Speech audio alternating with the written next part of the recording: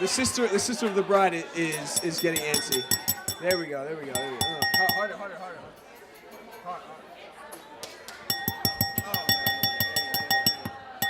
man. That means take your seats. Take your seats, please. Yeah, Moni, beautiful. She is. Big round of applause for her.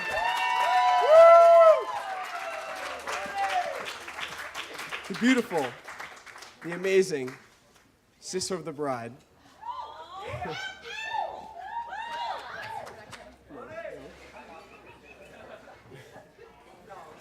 She's seen more than any of us could possibly handle.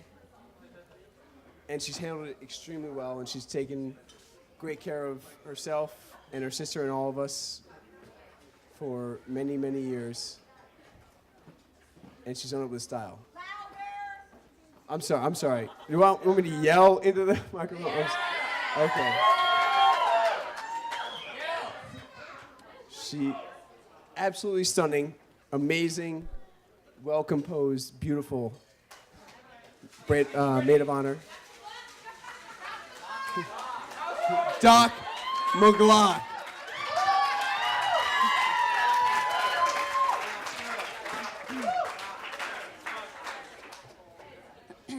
Before I start my terribly written speech, I have to publicly thank Luca McLaughlin.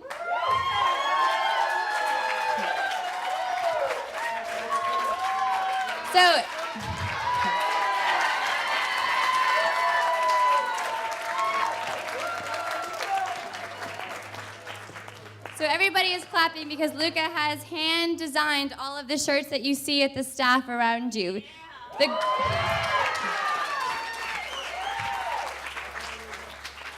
He has spent a lot of time on them, and it's beautifully creative, and we are so lucky to have you in our family, Luca. Thank you so much.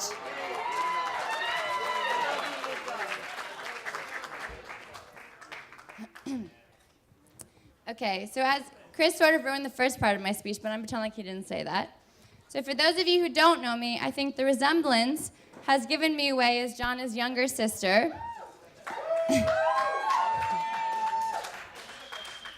Although everyone saw from the pictures last night, we didn't start out resembling each other until my beauty caught up with Jonna's. So I was the ugly one.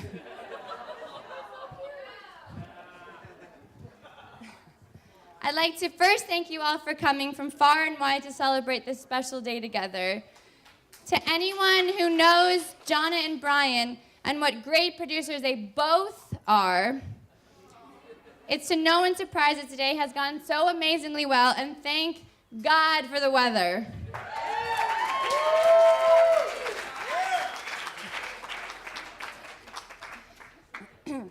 As Jonna's little sister, the amount of stories I could tell you are endless.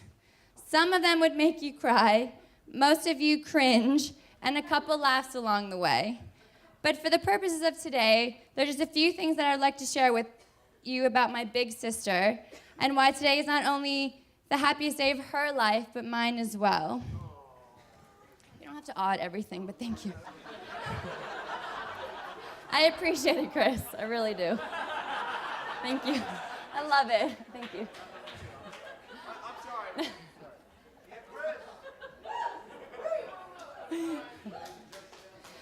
sorry. Jonna has always been the queen of production, even before she made this her profession. However, in my mind, Jonna's real first successful production was getting me to use the toilet properly.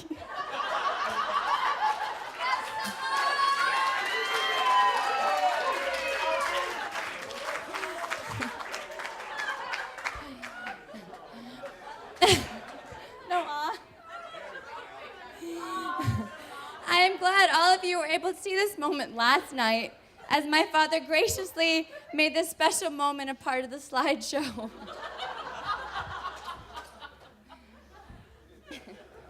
From that moment on, I always looked up to Jonna to get me through even the simplest tasks. This continued most notably in high school. As Chris and Ben mentioned last night, she threw legendary high school parties, and of course,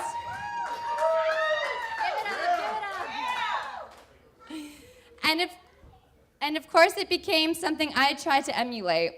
My friends and I would literally clean up their beer cans just to be a part of it.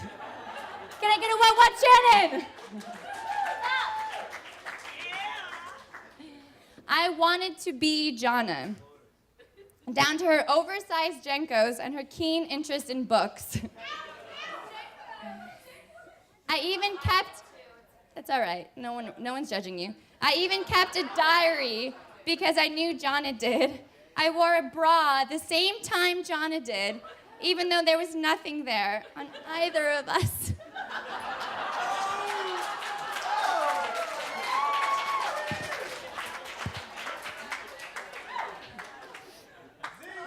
I wanted braces the day Jonna got hers put on. I even applied to most of the same colleges Jonna did and tried to transfer to McGill when I was at school. It might have been a little too much. Most people's perceptions of a successful producer in the biz is an arrogant, rude ball buster who doesn't care about their employees and just wants to get the job done. Thus, as a result, we all know that Jonna is good at her job.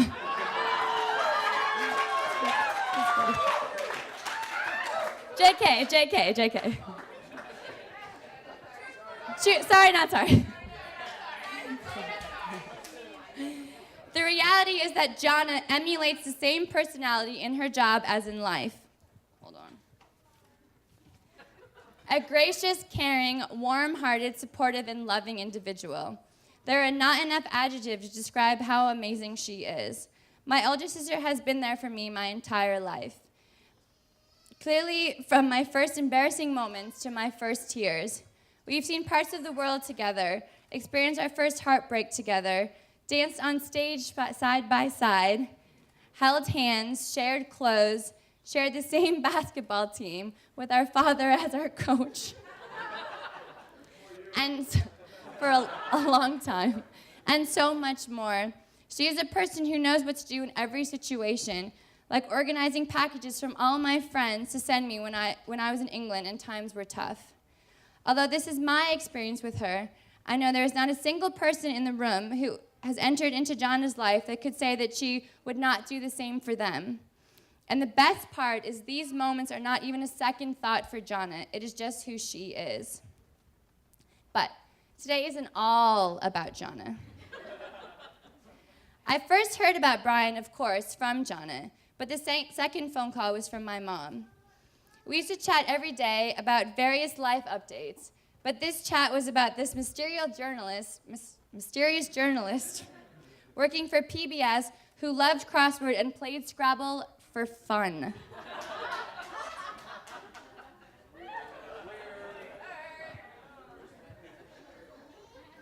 I wasn't sure if Mom was more happy for Jonna or for herself. Brian had proven himself to Mom just based on his interests, but would woo us all with his charm, inability to understand truth bombs,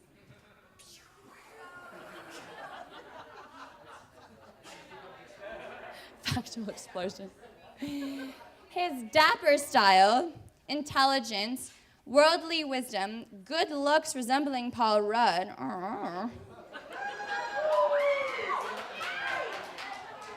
the fact that his family owns an island in the Bahamas, and most importantly, his very clear devotion to Jonna.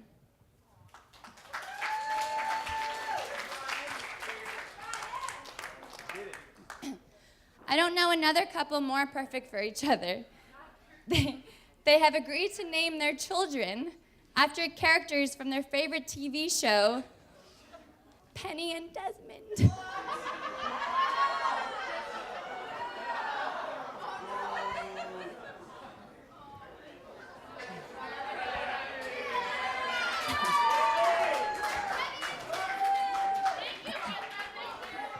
They create characters upstate of the various wildlife, such as Harry the Buck, Albert the Wild Turkey, And of course, Bobby the Bee. R.I.P.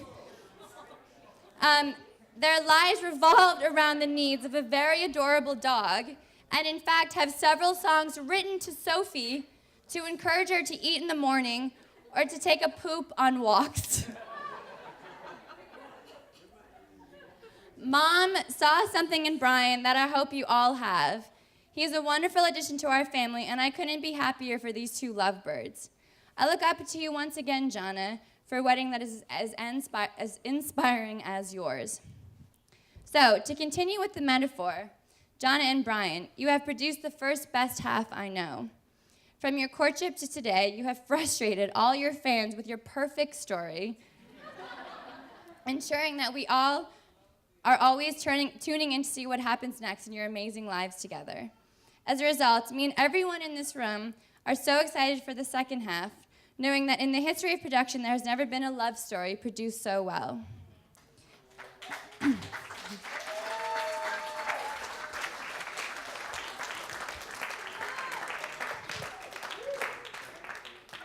So please raise your glass to the happy, beaming couple. Wait, I'm not done yet. Jonna, I have always said that there was no one in the world I would rather share a foxhole with. But I could not be more happy to move over, not out, and let Brian in. I couldn't be more proud of you as a little sister. You are my rock, our jaybird, and a constant reminder of everything amazing about Mom.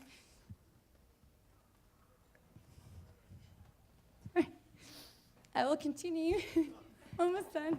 I promise I'm almost done. I will continue to look up to you and can't wait to toast you both again at your 50th anniversary and many more after that. To Jonna and Brian,